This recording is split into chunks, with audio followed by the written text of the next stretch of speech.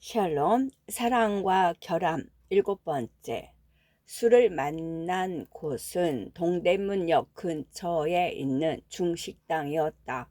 사귀었을 당시 자주 왔던 곳이니만큼 자연스레 메뉴를 주문했다. 공심채 볶음과 가지튀김, 옥수수면 2그릇. 처음에는 하얼빈 맥주를 시켰다가 나중에는 소주로 주종을 바꿨다. 서로 술을 주거니 받거니 하며 시답지 않은 근황을 나누었다. 나는 수에게 이런 얘기를 했다. 내 모니베이션은 불안이래. 누가 그래? 의사가. 그러자 수는 골똘히 생각하더니 그런 것 같기도 하다며 고개를 끄덕거렸다. 왜? 너는 약속이 파투날까 걱정되면 늘 떠보잖아. 내가 언제? 여행 가기 전날에 수건 챙겼냐고 물어보고 약속 30분 전에 무슨 색 셔츠를 입었냐고 물어보잖아. 그게 왜 떠보는 거야? 떠보려는 것만은 아니라고 할 수 있겠지. 하지만 완전히 아니라고 할 수 있어? 나는 말없이 잔을 들어 수와 짠을 했다. 귀신 같은. 그렇게 서로 이런저런 얘기를 꺼내 놓으면서도 수가 가져온 커다란 쇼핑백에 신경 쓰였다. 현대 백화점 쇼핑백이었는데 심지어 가장 최근에 출시된 친환경 디자인이었다. 술값은 내가 계산해야 하나 이 차도 간단히 해야겠다. 안에 뭐가 들었는지는 모르겠지만 어쩐지 그래야겠다는 생각이 들었다. 육개장 한 그릇이라도 먹이지 그랬니? 엄마의 비난 섞인 목소리가 귓전을 울렸다. 사실 이것 때문에 보자고 한 거야. 조심스럽게 아래 부분을 받쳐 쇼핑백을 건네는 수는 꽤 긴장한 표정이었다. 나 역시 아래를 받쳐 받아들었는데 묵직하고 단단하고 나름 커다란 곡선을 가진 무엇이었다. 왠지 모를 기대에 부풀었던 나는 쇼핑백 안을 확인하고 터져 나오는 허탈한 웃음을 참지 못했다. 그걸 왜 나한테? 아니 이게 왜 너한테? 물음표가 와다닥 머릿속에 떠올랐지만 쉽사리 말을 꺼낼 수 없었다. 수가 건넨 건 다름 아닌 로봇 청소기였다. 내가 갖고 있을 게 아닌 것 같아서. 수는 그렇게 말하고 작게 기침을 한 뒤 맥주 한 병을 더 시켰다. 이게 왜 너한테 있어? 받았으니까. 나는 소주와 맥주를 1대1 비율로 섞은 술을 가만히 바라보았다. 저 황금 비율은 내가 알려줬다. 소주잔 기준으로 소주 한 잔, 맥주 한 잔을 따라 섞으면 기가 막히게 양주 맛이 났다. 무슨 양주라고는 말할 수 없지만 적당히 독하고 적당히 단맛이 나는 양주 맛. 그러니까 소맥은 소주의 맛과 맥주의 맛을 적당히 조합해 균형을 맞추는 게 중요했다. 뭐든지 적당히. 웃기는 말이지만 어디에도 들어맞는 말. 누구한테? 정말 물어보고 싶지 않았지만 물어보지 않고서는 견딜 수 없었다. 스크래치가 장뜩 나고 딱 봐도 연식이 오래된 것으로 보이는 그 로봇 청소기는 내가 고모에게 선물로 준 것이었다. 엄밀히 말해 선물이라기보다는 뇌물 공여에 가까웠지만 몇 번 만나서 내가 금융 관련 문제를 해결해 드렸거든. 그래서 말했잖아. 정말 좋은 사람이었다고. 네가 모르는 게 있어. 수는 그렇게 말하고 양주 맛이 나는 소맥을 들이켰다. 나는 수가 단순히 은행에 몇 번 동행하는 걸 가지고도 금융 관련 문제라고 이야기할 수 있는 사람이라는 걸 알았다. 그래서 화가 나는 맥락은 내가 수에 대해 모르는 게 있다거나 수가 고모를 감히 좋은 사람이라고 평가한다거나 하는 게 아니었다. 그 금융이라는 단어를 쓰기까지 주의 깊게 적합한 단어를 골라냈을 그의 세심함이었다. 나는 그런 종류의 세심함을 대할 때마다 수가 정말 나에 대해 한치도 알려고 하지 않았다는 걸 깨달았다. 그렇게 신중하게 골라내며 선별한 단어가 종국에는 나를 초라하게 또는 아프게 만들었기 때문이었다. 하지만 수는 선하고 다감한 사람이었다. 환경에도 관심이 많아 현수막을 재활용해 만든 에코백을 들고 다니고 지하철 바닥에 놓인 돈통을 지나치지 못하는 사람. 내가 약속을 1시간이나 늦어도 덕분에 책 한 권을 다 읽었다며 넉살 좋게 웃는 사람. 한 번은 내가 자전거를 타다 넘어진 적이 있었다.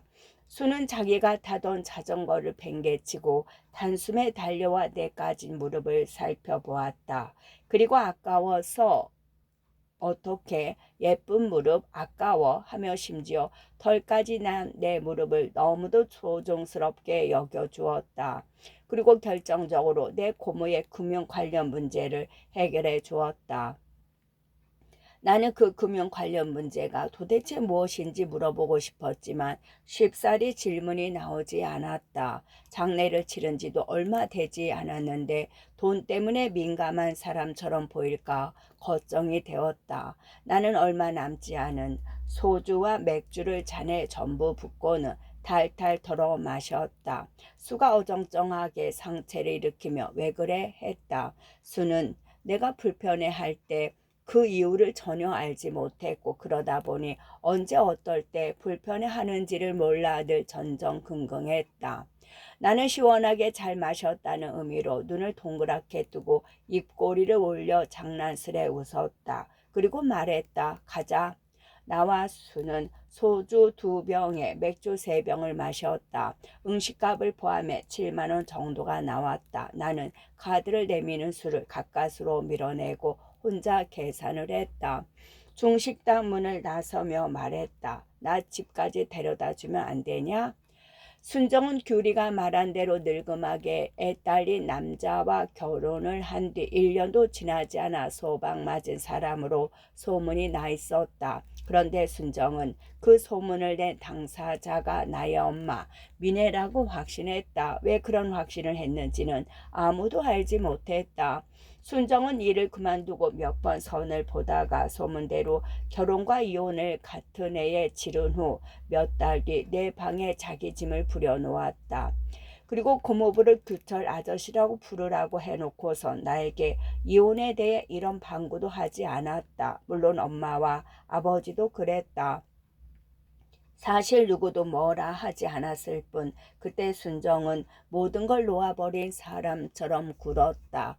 술을 많이 먹었고 대다수 사람을 미워했다. 하지만 엄밀히 말해 적어도 나는 고모에 대해 그렇게 말할 수 없는 사람이었다. 누구보다 순정의 사랑을 흠뻑 받고 자란 아이였기 때문에. 순정은 일주일에 2번 미사를 드렸다. 항우울제 및 각종 신경 안정제로 무겁고 나른해진 몸을 이끌고도 기어이 성당에 나갔다. 그때마다 빠짐없이 나를 데려갔다.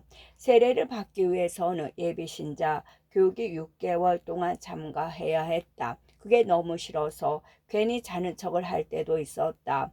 내가 좋아했던 것은 그저 아름다운 미사포를 쓴 순정 옆에서 예배를 드리고 순정이 받아먹은 영성체를 받아먹는 것이었다. 처음 순정이 영성체를 받아먹는 장면을 보았을 때 나는 그것이 너무도 먹음직스러워 보여 견딜 수가 없었다. 그래서 냉큼 손을 내밀었고 순정은 난감해하며 내 조그만 2손을 한 손으로 덮어버려 내렸다. 세례를 받지 못한 사람은 영성체를 받을 수 없어. 나는 순정의 단호한 목소리에 입도 뻥끗하지 못했다. 순정은 그런 구석이 있었다. 어린이를 꼼짝 못하게 할 수 있는 절제에 대한 위압감. 하지만 다음 미사 때부터 순정은 눈치를 좀 보다가 자기 입에 넣었던 영성체를 재빨리 꺼내 내 입에 넣어주었다. 눅눅해진 영성체는 한순간에 혀에 녹아들었다. 그렇게 순정은 미사 때마다 영성체를 자기 입에서 내 입으로 옮겨주었고 나는 잘도 받아 먹었다. 나중에 천주교 신자인 친구에게 이야기를 들려주었는데 그제야 그 행위야말로 몹시 불경했다는 것을 알게 되었다. 아직도 그때 신부님이 읊은 구절이 기억난다. 너희는 모두 이것을 받아 먹어라. 이는 너희를 위하여 내어줄 내 몸이다. 한편 순정은 엄마를 끔찍이도 싫어했다. 이유라면 어떤 게 있을까? 사람이 사람을 미워하는 이유야 많겠지만은 아무리 미워도 그럴 수가 있나 싶을 정도로 순정은 엄마를 미워했다. 엄마는 아버지와 결혼할 때만 해도 몸만 오라는 말을 철석같이 믿었다고 했다. 아버지가 정말 그렇게 말했고 또 순정도 세간살이나 집 평수는 천천히 늘려가는 맛이 있다며 맞장구를 치기도 했다. 그런데 엄마가 막상 왔을 때 순정은 이미 취할 대로 취한 얼굴로 손가락질을 한 것이었다. 어느 새댁이 밥솥 하나도 없이 살림을 차리냐. 엄마는 그날 당장 백화점에 가서 개중 가장 비싼 휘슬러 압력 밥솥을 산 뒤 품에 안고 집으로 돌아왔다. 정말 순정은 밥솥 하나 사오지 않은 엄마가 그렇게나 싫었던 것일까. 당시 나는 순정이 소방 맞은 이유가 엄마에게 못되게 굴어서라고 생각했다. 그때는 그런 게 당연한 업보라고 생각했으니까. 보도에서 손을 들고 길을 건너는 질서처럼 엄마에게 옳지 못한 소리를 할 때마다 순정이 그런 식으로 자기 삶을 해치고 있는 거라고 굳게 믿었다. 그래도 부정할 수 없는 사실은 나는 나에게 사랑을 흠뻑 주는 고모를 흠뻑 사랑했다는 것이다. 그 어린 나이에도 순정 앞에서 절대로 엄마의 편을 들면 안 된다는 걸 알았다. 그 시절에 나에게 사랑이란 그런 식으로 모종의 불안을 동반하며 아슬아슬한 선을 넘어 넘나드는 무엇이었다. 언젠가 엄마가 알탕이 먹고 싶다고 한 적이 있었다. 그때까지 나는 알탕을 한 번도 먹어본 적이 없었는데 엄마는 와득 깨물면 입안에서 톡톡 거리는 식감이 나는 김치찌개라고 설명했다. 얼마나 흥미로운 맛인가. 팝핑 캔디의 김치찌개 버전일까? 나는 단숨에 가자 했고 엄마도 가자 했다. 그런데 막상 먹은 알탕은 생각했던 그 맛이 아니었다. 정확히 무슨 맛을 기대했는지는 설명할 수 없지만 어쨌든 그 맛은 아니었다.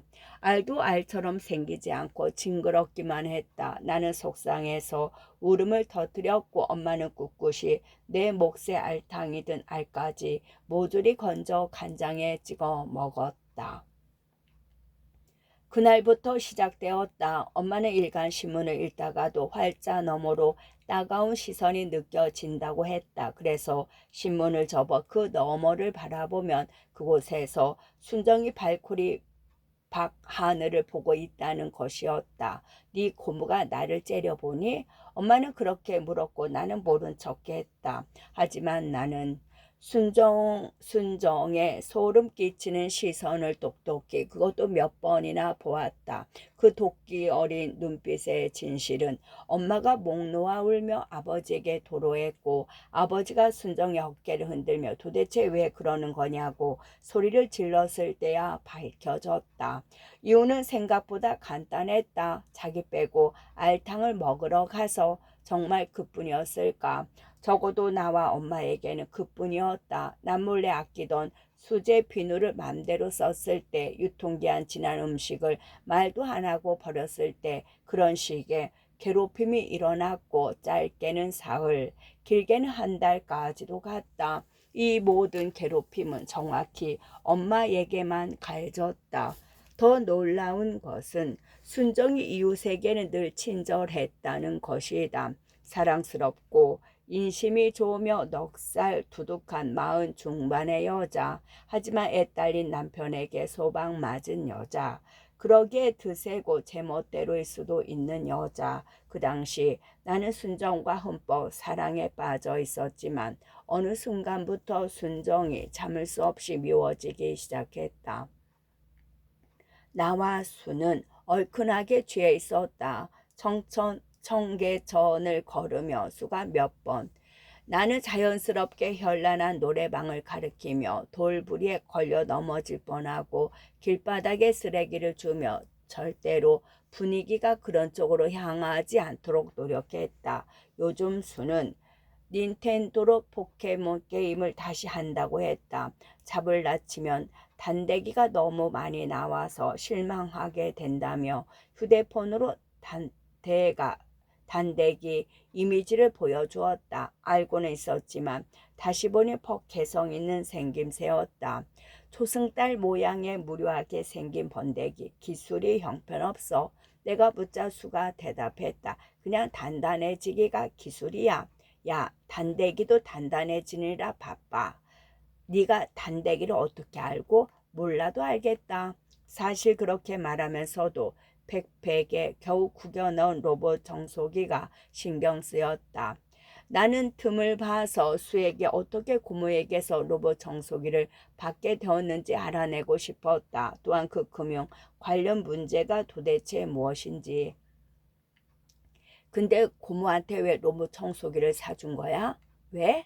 사용 방법도 잘 모르시던데 그래서 사준 거야? 저는 버튼만 누르면 나머지는 기계가 알아서 하니까 처음에 스캔만 해두면 방 넓이와 구조물을 전부 파악해서 저장하니까 그 다음은 저는 버튼만 누르면 알아서 이리저리 구조물을 피해 먼지를 흡입한다. 물론 상세한 조작은 주로 엄마가 했지만 고모는 적어도 전원을 켜고 끄는 방법은 알았다. 로봇 청소기는 켜는 순간 먼지를 빨아들였고 끄는 순간 제 자리를 찾아 들어가 스스로 배터리를 충전했다. 엄마는 고모가 청소기를 곧잘 사용한다고 했다. 나와 수는 종로 쪽으로 다다랐을 때 정계천에서 올라와 도심을 걸었다. 새벽 2시쯤 되었는데 거리에 술 취한 사람들이 장뜩 있었다. 저기 봐라. 그중수가 가리킨 이들은 손을 잡고 길바닥에 마주 앉아있는 여와 남이었다. 정말 이상한 자세를 앉아 있어서 그냥 지나치기가 어려웠다. 그러니까 꼭 함께 스트레칭을 하는 자세로 양 다리를 있었다. 나는 그들에게 가까이 다가가 눈을 뜨고 있는지 감고 있는지 유심히 살펴보았다. 그냥 가자. 저러다 큰일 나. 입이라도 돌아가면 어떡해. 커플이잖아. 나이브하긴. 나는 그렇게 생각하면서 여자를 먼저 깨웠다. 꽤 떨어진 곳에 가방 하나가 널브러져 있었다. 가방을 주워오는 동안 여자는 미동도 하지 않았다. 이번에는 여자의 어깨를 잡아 일으켜 세운 뒤 가방을 몸통에 사선으로 걸어 주었다. 그러자 여자는 눈살을 찌푸린 채 벌떡 일어나 가방끈을 잡았다. 위험해요. 내가 말하자 여자는 잠시 주위를 둘러보더니 제 앞에 있는 남자를 보고 화들짝 놀랐다. 그리고 내게 꾸벅 인사를 한 뒤 비틀거리며 도망치듯 자리를 떠났다. 남자는 주변을 둘러보다 피척피척 어디론가 걸어갔다. 나는 의기양양한 표정으로 수를 돌아보았다. 그러자 수가 입맛을 다셨다. 내가 가서 깨웠으면 화냈을 거지. 왜 화를 내겠어? 나서지 말라고. 아무 말도 하지 못했다. 정말 수가 나서서 그 둘을 깨웠다면 나는 짜증을 부렸을 확률이 높다. 수가 늘 그런 식으로 자기 삶을 정당화하려 든다고 생각했을 테니까. 삶은 귀괴한 얼굴을 하고 있다. 나는 그 기괴한 얼굴을 들여다보는 게 중요하다고 생각했다. 그런데 수는 도무지 그 귀괴한 얼굴을 들여다보려 하지 않는 것만 같았다. 고모에게 로봇 청소기를 사준 것 5년 전쯤이었다. 작은 교육 마케팅 회사에 취직해서 입사를 앞두고 있었고 꽤 큰 규모의 마케팅 공모전에 당선된 터라 가족 모두 겹경사라며 좋아했다. 고모는 그좀 안 아픈 날이 없어 매일 방에서 지냈다. 밥도 엄마가 정갈하게 차려 방문 앞에 두면 한참 뒤에 문을 열고 가져가 다 먹은 뒤 빈 트레이만 내놓았다. 그쯤에 따로 살기 시작한 나는 금이 환양하듯 집에 와서 엄마가 차려준 밥을 2그릇이나 해주었다. 문제는 다름 아닌 식기세척기였다. 손가락에 염증이 생긴 엄마에게 아주 오래전부터 식기세척기를 사주고 싶었고 상금을 받은 김에 결국 구매하기로 마음을 먹었다. 하지만 웬만한 식기세척기는 부엌에 하부 장을 뜨고 설치하는 방식이었다. 우리 집 부엌은 상부장이 없는 구조였기 때문에 높이가 높고 속이 깊은 하부장을 최대한 촘촘하게 설치해 둔 상태였다. 결국 나는 싱크대 옆에 올려둘 수 있는 4인용 식기세척기를 구매했고 기사는 단숨에 적절한 자리를 찾아 설치해 주었다. 거치형이라 가격이 다른 상품에 비해 저렴한 데다가 엄마에게 부엌 구조에 따른 최선책이라며 합당한 설명해 줄 수 있어 나름 만족스러웠다. 다음날 고모가 부엌에 새로 들어온 그 묵직한 가전을 발견하고 엄마에게 물었다. 성애가 사줬어? 엄마는 그렇게 말렸는데도 사왔다고. 쓸데도 없고 비싼 것도 아니라고 했다. 그러고는 덧붙였다. 나는 정말 싫어요. 아니나 다를까 고모는 그날부터 다시 술을 마시기 시작했고 자기 멋대로 처방약을 골라 먹었다. 아주 오래전부터 고모는 그런 식의 불만 표출이 패턴화되어 있었다. 나는 엄마의 전화를 받고 고심해서 고모를 위한 가전을 골라야 했다. 그리고 직접 가전 매장에 가서 구매한 뒤 포장을 하고 1시간 거리에 본가에 가 침대에 무력하게 앉아있는 고모에게 안겨준 것이 바로 그 로봇 청소기였다. 고모는 선물을 받아들고 수줍게 웃었다. 뭘 이런 걸 다 컸네. 우리 애기. 나는 얄미워 죽겠다는 마음이 약간 누그러지는 걸 느꼈지만 바로 그 순간 백화점에서 값비싼 압력밥솥을 찾아 돌아다녔을 마르고 하얀 27세댁이 떠오르고 말았다. 그래도 나는 진심으로 물었다. 고모 힘들죠? 그러자 고모가 오래도록 하소연했다. 네 엄마가 말을 걸어도 대답을 안 한다. 치과도 가야 하고 시장도 가야 하는데 고모는 울었다. 나는 하소연을 전부 다 들으면서 절대로 엄마 편을 들지 않았다. 다만 그런 건 아버지한테 부탁하라고 말했다. 순정에게 역할 그 내용을 들키고 난 뒤 우리 셋은 함께 놀지 않았다. 이따금 아파트 복도에서 마주쳐도 대면했다.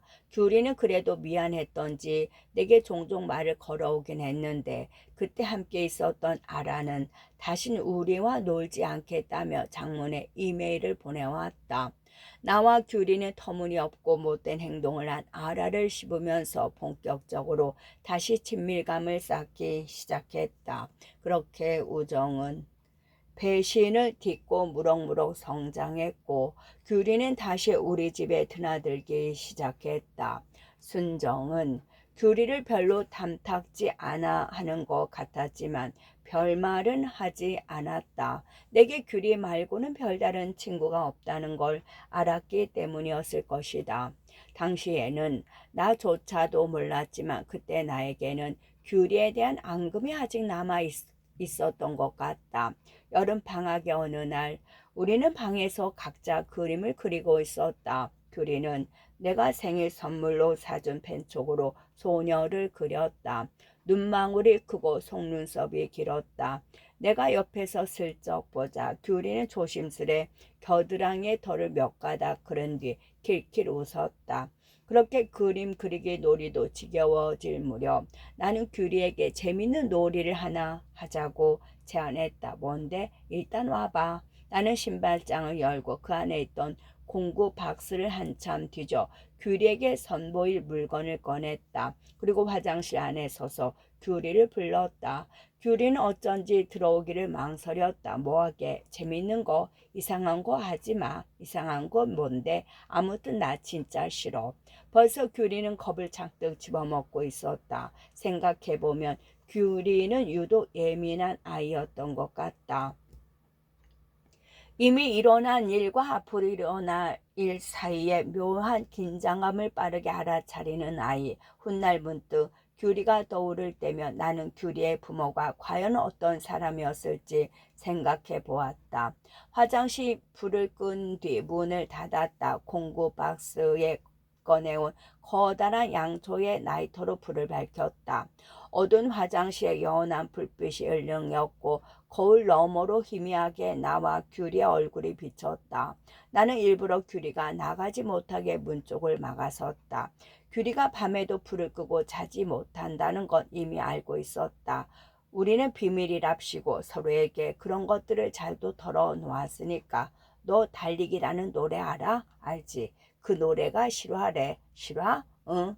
그래서 어둠 속에서 촛불을 켠 채로 두 노래를 한 곡 다 부르면 실제 그 노래의 주인공이 거울에 등장한대. 죽었어? 나는 비장하게 고개를 끄덕였다. 달리기는 사실 자살에 관한 노래야. 나는 자살이라는 단어를 최대한 속삭이듯 말했다. 귀리는 내 말이 끝남과 동시에 화장실 문고리를 돌리려고 했지만 나는 온몸으로 규리를 막아내며 노래를 부르기 시작했다. 지겹나요? 힘든가요? 숨이 턱까지 찼나요? 할 수 없죠. 어차피 시작해버린 것을. 점점 규리의 반응이 격렬해졌다. 나는 규리가 비명을 질러대면 질러댈수록 절대 물러나고 싶지 않은 기분이 들었다. 단 한 가지 약속은 틀림없어 끝이 있다는 거. 끝난 뒤에 지겨울 만큼 오랫동안 쉴 수 있다는 거. 귀리는 귀신 들린 사람처럼 소리를 지르며 나에게 달려들었다. 그 바람에 들고 있던 조가 쓰러졌고 고여있던 촛농이 귀리 쪽으로 쏟아졌다. 그때 화장실 문이 벌컥 열리고 흰빛이 새어 들어왔다. 나는 순간적으로 눈이 부셔서 눈을 찡그렸고 무의식적으로 손차양을 만들었다. 그곳에는 순정이 있었다. 순정은 놀란 눈으로 나와 규리를 번갈아 봤고 혼절할 듯 울어대는 규리가 입은 티셔츠 한쪽을 어깨 아래까지 내렸다.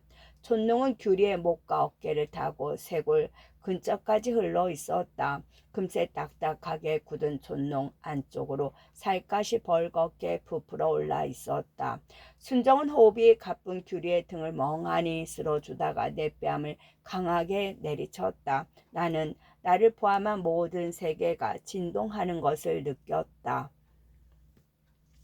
집 근처 언덕길에 다다랐을 때 비로소 수가 금연 관련 이야기를 꺼냈다. 언젠가 나를 데려다 주다가 수의 휴대폰이 방전된 적이 있었다. 나는 하는 수 없이 수를 우리 집에 잠시 들였는데 마침 집에 있는 사람은 고모뿐이었다. 그리고 내가 화장실에 간 사이 고모가 수첩을 가져와 수의 이름과 전화번호를 묻고는 펜으로 꾹꾹 눌러 적었다는 것이었다. 그로부터 몇 달 뒤 수에게 고모의 연락이 왔다. 고모는 금융 관련 문제를 함께 해결해 줄 수 있냐고 부탁해 왔다고 했다. 고모가 스스로 금융 관련 문제라고 했단 말이야. 내가 묻자 수가 담담히 고개를 끄덕였다. 나는 멋대로 수를 판단한 것이 민망해졌다. 수의 말에 따르면 고모에게는 2000년에 들어놓은 우체국 보험이 하나 있었다. 그 보험을 든 지 3개월 만에 위안 판정을 받았다. 고모가 알고 들었는지 모르고 들었는지는 정확히 규명할 길이 없었고 보험사 측에서도 다른 도리가 없었는지 보험금을 지급했다. 그렇게 고모가 성공적으로 치료받을 수 있었고 보험료 납부 3개월 만에 나머지 238개월치 보험료를 면제받았다. 그리고 20년 만기가 지난 시점에 만기금을 수령했다. 그 만기금 수령을 수가 도왔다. 그걸 왜 네가? 나야 모르지. 항변하듯 모른다고 말하는 수의 태도는 늘 한결같았다. 수가 그러면 나는 답답한 얼굴로 쏘아 붙이곤 했다. 그걸 네가 왜 몰라? 넌 알아야지. 다른 사람은 몰라도 아버지도 있고 엄마도 있는데 나도 있고 가족은 믿는 게 아니라 그러셨어. 나는 침착하려 애썼지만 숨이 가빠오는 건 어쩔 수 없었다. 고모가 그런 말을 했을 생각을 하니 피가 거꾸로 솟았다. 또 무슨 말을 했는데? 수는 우물쭈물하면서도 그날 고모와 있었던 일을 다 말해 주었다. 수와 고모는 오후 1시쯤 만나 주민센터에서 만기금 수령에 필요한 서류를 뗐다. 유난히 더운 여름날이었는데 고모와 수는 줄 지경인 실내에서 자판기 커피를 후후 불어 마셨다고 했다. 마스크를 썼다 벗었다 해가며. 그렇게 서류를 뗀 후에는 고모가 점심을 먹자고 했다. 수와 고모는 주민센터 근처의 콩국수 집에 가서 콩국수 2개를 시켰다. 고모는 설탕을 넣어 먹었고 수는 소금을 넣어 먹었다. 수는 콩국수를 먹을 때 김치는 입에도 대지 않는 주의였지만 고모가 새빨간 김치를 수의 하얀 콩국수 위에 턱 얹어 주었다. 조금 기분이 안 좋았는데 막상 먹어보니 맛있어서 김치를 2번이나 리필했다. 굳이 현금으로 만기금을 수령하고 싶다는 고모의 성화에 우체국에 방문한 수와 고모는 또 얼음 왕국 같은 대기실의 의자에 앉아 따뜻한 커피를 후후 불어 마셨다. 마스크를 썼다 벗었다 해가며 생각보다 수가 도울 일은 없었다. 콩국수만 얻어먹었네. 괜히 먹쓱해진 수는 종이컵에 담긴 커피를 유심히 바라보는 고모에게 말을 걸었다. 성에 어릴 때는 어땠어요? 고모는 수의 질문에 대답하지 않았다. 대신 이렇게 말했다. 걔는 지 엄마만 끔찍히 아껴. 그러더니 고모는 넋두리를 시작했다. 고열로 실신한 3살짜리 성애를 자기가 업고 뛰어 병원에 데려갔다고. 세상에서 누굴 제일 사랑하지? 하면 성애는 단번에 순정이 했다고. 어린집에서 이를 옮아오는 바람에 촉촉한 머리카락 한 올 한 올 걷어가며 씨알만한 벌레를 밤새 골라냈다고. 그러다 고모는 자기 차례가 되어 창고로 향했다. 수는 고모의 깡마른 뒷모습을 바라보며 어쩐지 몹시 필요하단 생각을 했다. 커다란 가방에 만기금 2천만 원을 채워 담은 고모는 그것을 자연스레 수에게 맡겼다. 가족도 믿지 못하면서 참 알 수 없는 노인이네. 수는 그 커다란 가방을 들고 전력을 다해 도망가는 상상을 했다며 웃었다. 초등학교를 졸업하고 이사를 하기 전까지 늘 순정과 같은 방을 썼다. 책상도 없이 엎드려 책을 읽거나 받아쓰기 숙제를 했다. 나와 순정은 밤 10시쯤이면 잠들었는데 순정은 잠들기 전 성모상 앞에서 기도를 하고 약을 먹었다. 순정은 오래전부터 조울증을 앓고 있었는데 복용 기간이 오래되다 보니 어떤 약이 기분을 어떻게 만드는지 잘 알고 있었다. 순정은 심상한 표정의 약사처럼 여러 가지 방식으로 약을 조합해 녹는 종이에 싸서 먹었다. 그렇지 않으면 그 많은 알약을 다 삼킬 수 없다고 했다. 그게 뭐야? 먹는 종이 무슨 맛이나? 아무 맛도 안 나. 하지만 순정은 너무도 맛깔나게 약을 싸 먹었다. 꼭 쌈을 싸 먹듯. 그렇게 기도와 복용을 마치고 나면 이불을 깔고 자리에 누웠다. 약을 먹은 순정의 눈은 흐리멍덩했다. 고개를 돌리는 것도 끄떡이는 것도 손을 드는 것도 아주 천천히 했다. 나는 몽롱한 순정이 이불을 목 끝까지 올려 덮으며 모든 의식이 끝난 것처럼 불을 끄고 자리에 누웠다. 하지만 불을 끈 뒤에 진짜 마지막 의식이 남아있었다. 성애야, 응, 미네가 좋아, 내가 좋아, 순정코모, 상남이가 좋아, 내가 좋아, 순정코모, 규리가 좋아, 내가 좋아, 순정코모, 내가 꽉 죽어버리면 어떡할래? 안 돼.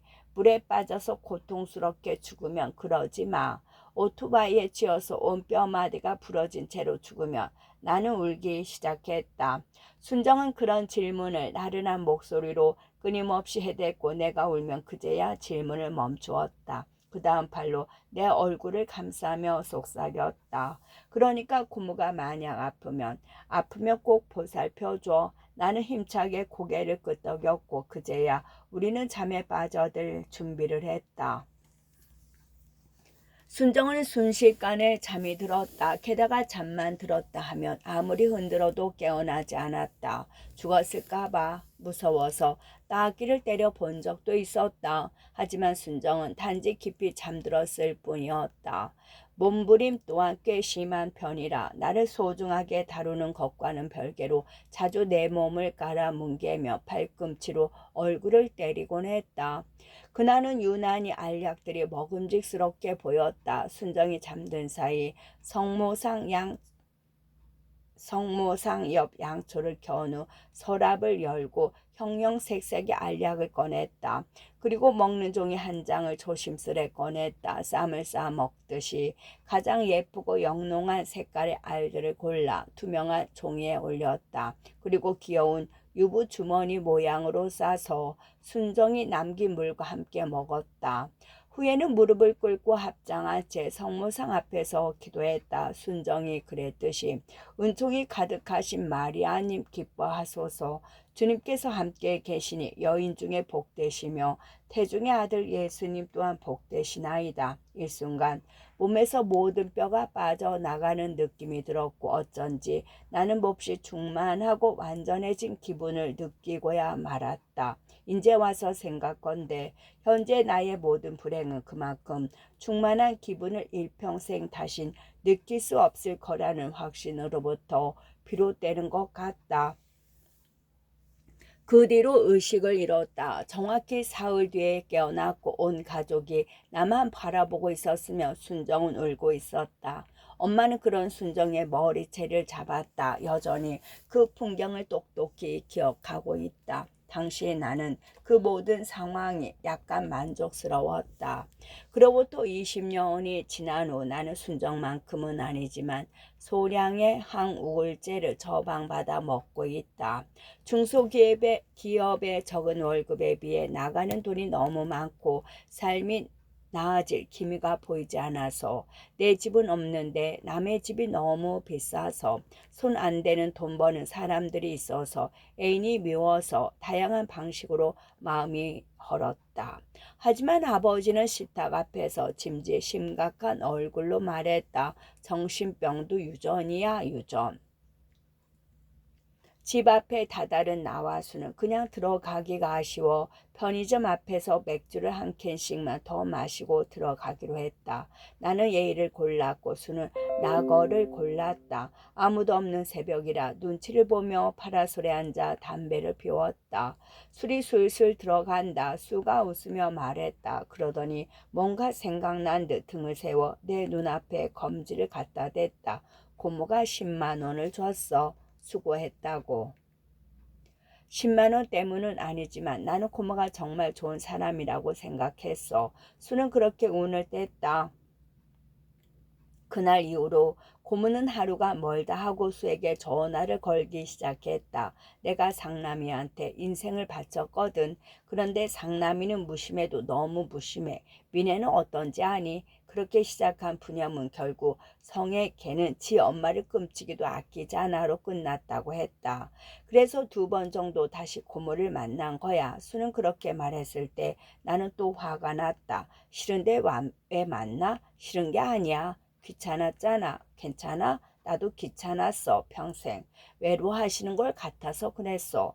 네가 평생 그 외로움을 책임질 수는 없잖아. 평생 외로움을 책임질 수 있는 사람만 그 사람을 보살필 수 있니? 할 말을 잃었다.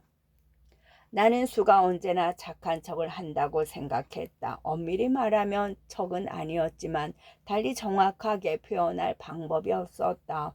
수는 늘 자신의 마음이 진심이라고 믿어 의심치 않았지만 나는 그게 진심이 아니란 걸 알았고 그걸 제발 수가 깨닫길 바랐다. 하지만 수는 내가 자신의 의도를 왜곡하고 곱게 한다고 주장했다. 그러면 나는 그야말로 자기 자신을 왜곡하고 곡해하며 삶을 만족스러운 방식으로 정립한다고 생각했다. 그러나 요즘